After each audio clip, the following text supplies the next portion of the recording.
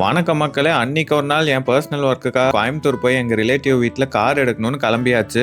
கிளம்புறதுக்கு முன்னாடி என் உயிர் நண்பன் அரவிந்த் கிட்ட டே நீயும் வரையான்னு கேட்டேன். அவனும் நாளைக்கு சடவன் தானடா, நான் வெட்டியா தான் இருப்பேன், நானும் வரண்டான்னு சொல்லிட்டான்.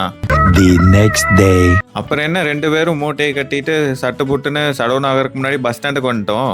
நாங்களும் ரொம்ப நேரமா அவினாசி வழியா கோயம்புத்தூர் போற பஸ் கிடைக்குமான்னு வெயிட் பண்ணி பாக்குறோம். ஆனா கடைசி வரைக்கும் வரலைங்க. சரி என்னடா பண்றதுன்னு சொல்லி நம்பியூர் வழியா கோயம்புத்தூர் போற பஸ்லயே ஏறிட்டோம்.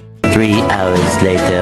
ஒரு வழியா கோயம்புத்தூர் வந்து ரீச் ஆயிட்டோங்க. இங்கிருந்து மறுபடியும் கவுண்டம்பாளையம் வரைக்கும் போகணும். சரி ரேபிடோ ட்ரை பண்ணலாமேன்னு பார்த்தா ஆட்டோ வெறும் 150 ரூபா தான் போட்டிருந்தது. சரி ஓகே புக் பண்ணலாம்னு சொல்லி புக் பண்ணா ஆட்டோக்காரர் கை காட்டுறாரு, தம்பி பச்சை கலர் வண்டி இங்க இருக்கு பாரு.